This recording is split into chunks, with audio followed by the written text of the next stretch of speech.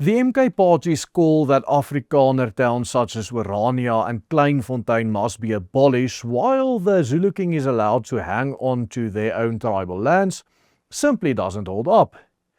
In fact, the MK Party may have just walked straight into one of the biggest political contradictions in the history of South African politics.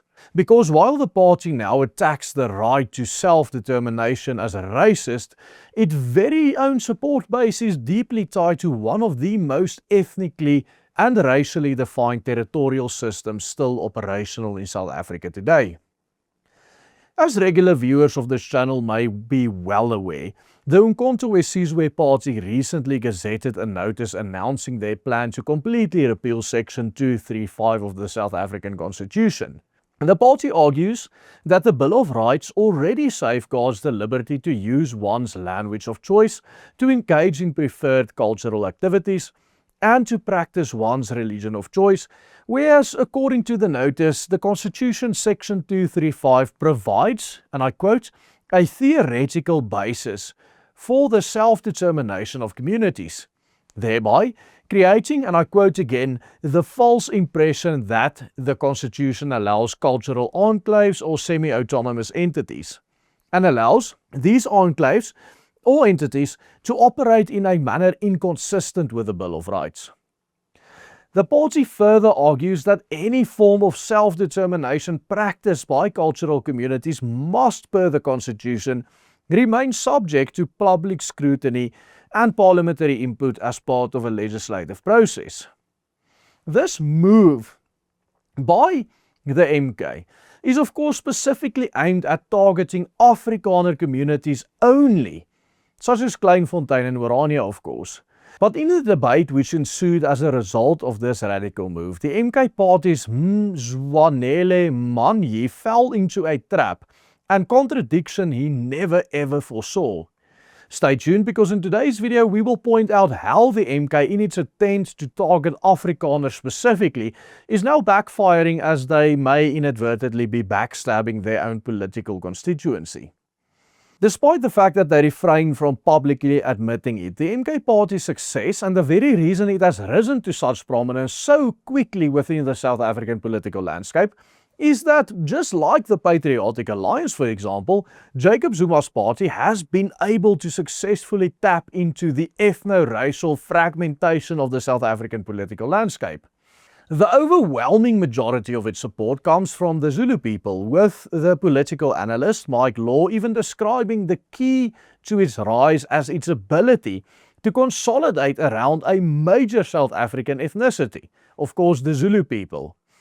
Zuma himself is of course ethnically Zulu, as are virtually all of the leading figures in the party, including John Hlophe, Duduzile Zuma Sambudla, Nhlamolu Nhlela, and Busisiwe Mqwebane. Manyi himself, though, is notably the exception in coming from the Xhosa background.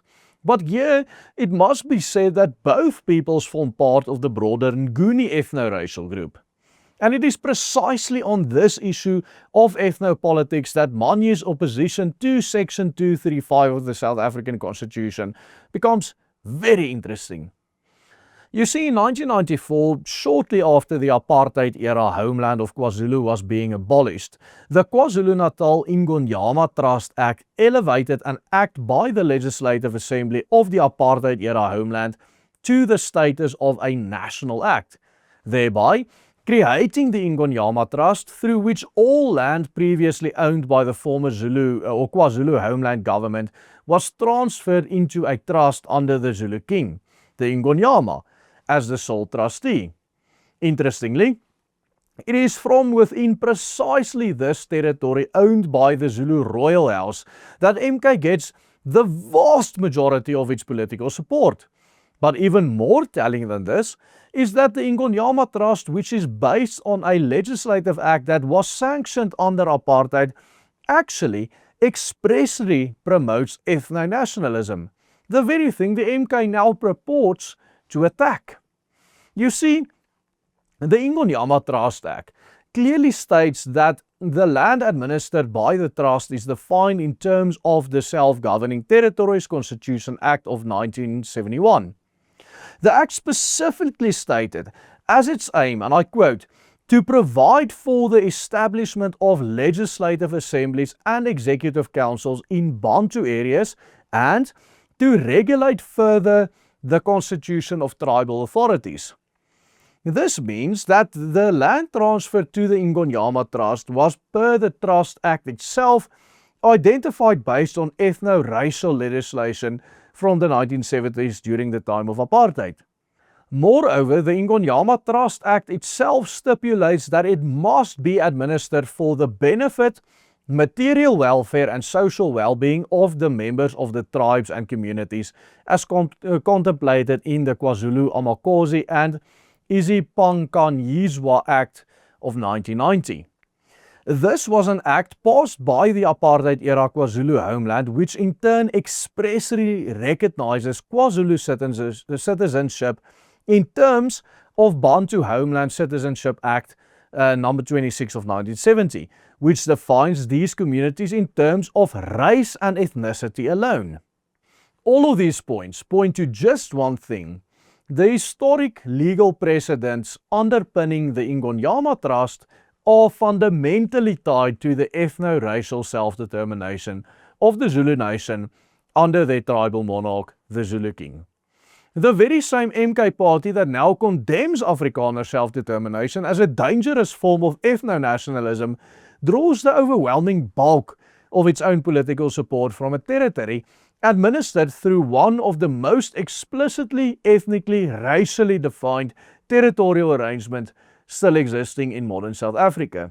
In fact, many of the municipalities where the MK performed the strongest in the 2024 election overlap directly with land held under the Ingonyama Trust and governed through traditional Zulu tribal or ethnic authority structures.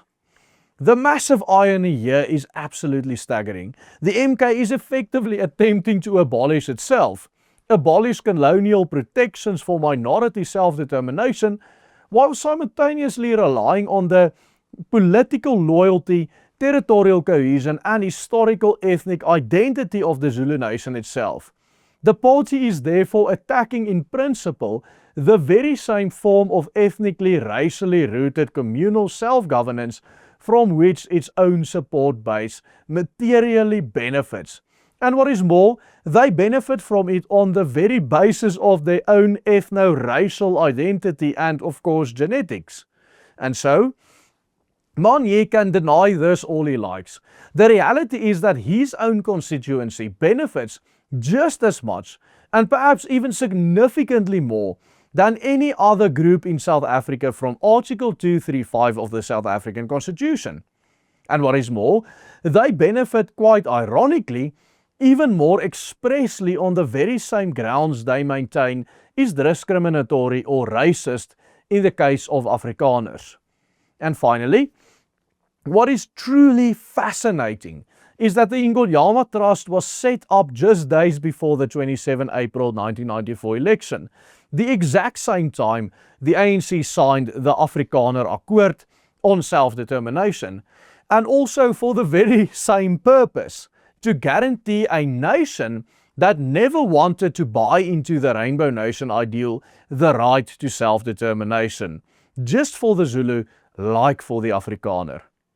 In a report on this channel, we highlighted how much the tide is turning in favor of ethnic self-determination, not only in the West or Europe or even America, but also specifically in Africa. Check out that very interesting analysis. You will benefit from a lot if you watch it by clicking on this link appearing on your screen right now. And do support the good work we are doing here at the Willem Petscher Group by becoming a paying member. Invest in us by simply following the easy steps on the banner below. Goodbye and God bless.